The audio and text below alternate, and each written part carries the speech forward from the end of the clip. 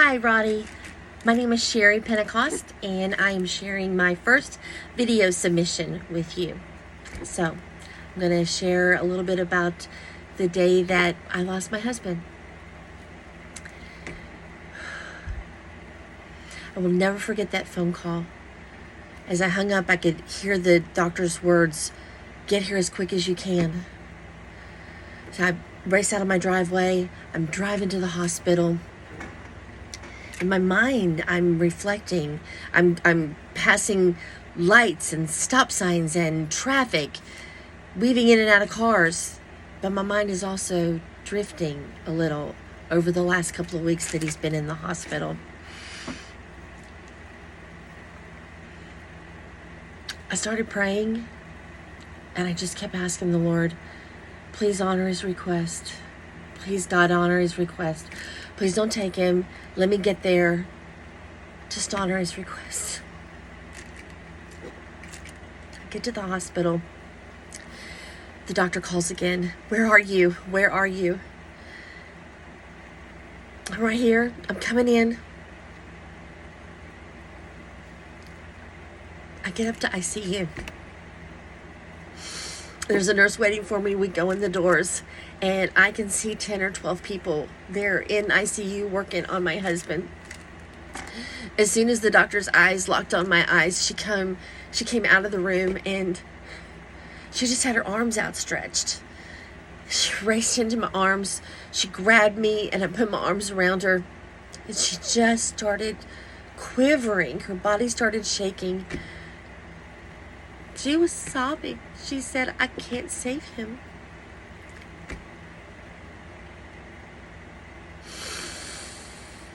I took a deep breath,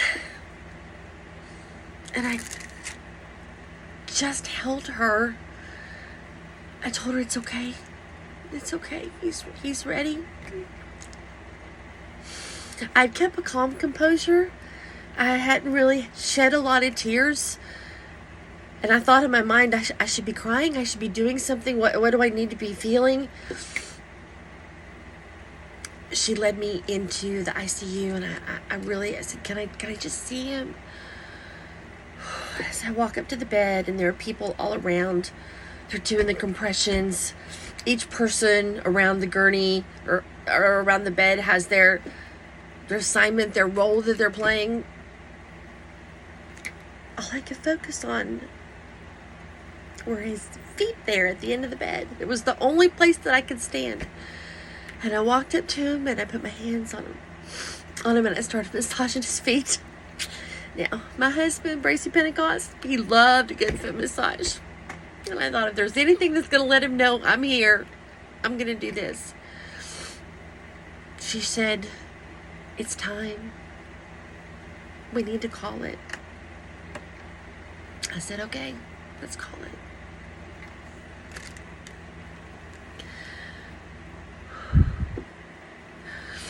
People started stepping away. 11:10 a.m., December 11th, 2021. And as I asked her, could I step up? Could I just hold him? She said, absolutely. Walked up to him and put his head right here. I looked at his eyes. They were kind of crusty, and I picked them up, and I'm like, I don't know how this is supposed to work. I don't know if you're already gone.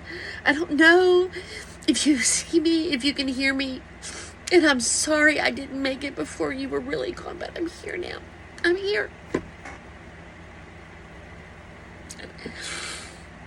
I just held him, laid my head on his head, put my hand on his chest. His body was just kind of quivering. And I'm like, what? I asked the doctor, what's going on? And she said, he's going to do that all day. He's so full of medication. I said, okay. 5 minutes, 6 minutes. I'm just whispering in his ear, I love you. I'm here. 11:10.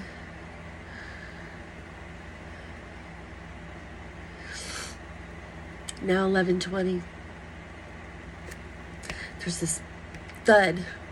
I'm like, what is that? She said, it's just the medication.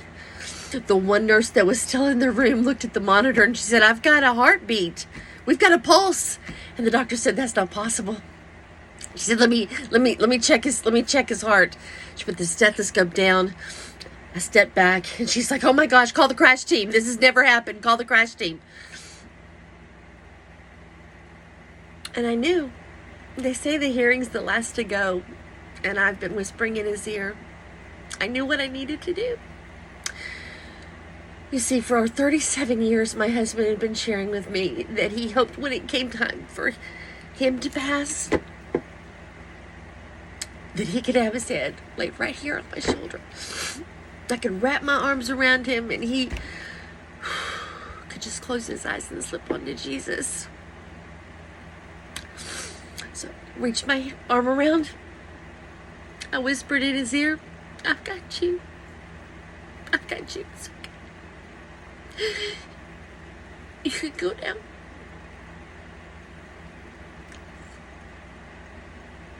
The crash team came in and I stepped away. They worked for 30 minutes. But I knew it was just that moment that the Lord gave me. And he honored Bracey's request. He got to close his eyes and really slip away with Jesus.